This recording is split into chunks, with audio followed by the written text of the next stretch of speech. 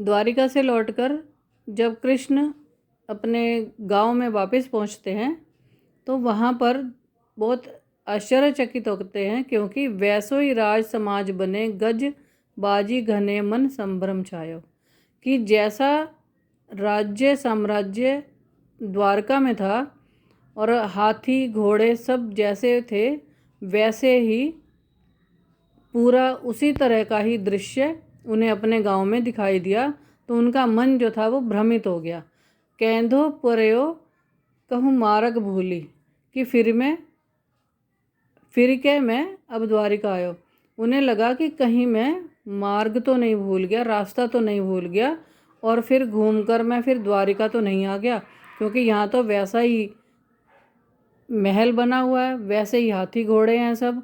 और इससे उनका मन भ्रमित हुआ कि कहीं मैं मार्ग भूलकर, रास्ता भूलकर वापस द्वारका तो नहीं पहुँच गया।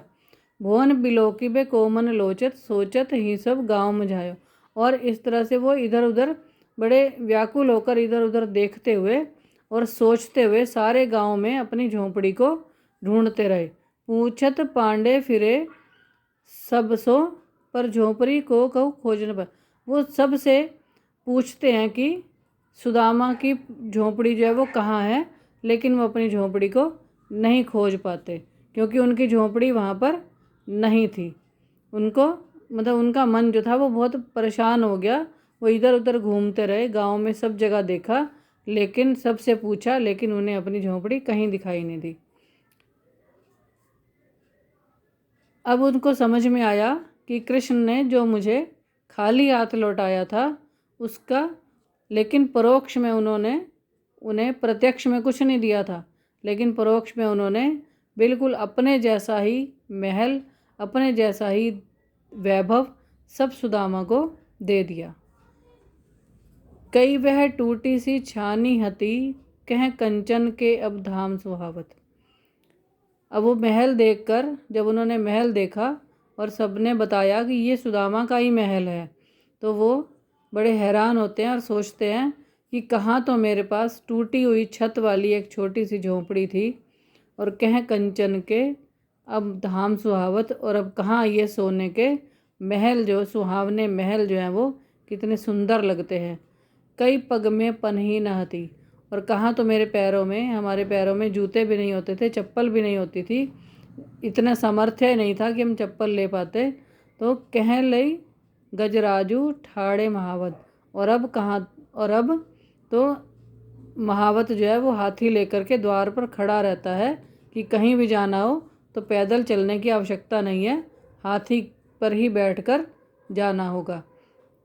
भूमि कठोर पे रात कटई, और पहले तो कठोर भूमि पर बिना बिस्तर के ही रात्रि कट जाती थी, लेकिन अब कहीं कोमल सेज पे नींद न आवे, और अब इन कोमल बिस्तर पर भी अब नींद मुझे नहीं आती है। कहीं जुरतो नहीं कोंदो सवा, प्रभु के प्रताप में ते दाख न भावत। और कहाँ तो इतना भी नहीं था कि कोंदो और सवा जैसे तुच्छ जो अनाज हैं वो भी मुझे नहीं ले पाते थे, मैं नहीं ले पाता था। इतना भी नहीं था हमारे पास कि हम कोंदो और सवा, ये ऐसे दो अनाज, ये बहुत ही सस्ते अनाज होते हैं, कि हम ये भी नहीं खा पाते थे। और अब प्रभु के प्रताप से इतना अधिक है कि देख कर ही मन भर जाता है।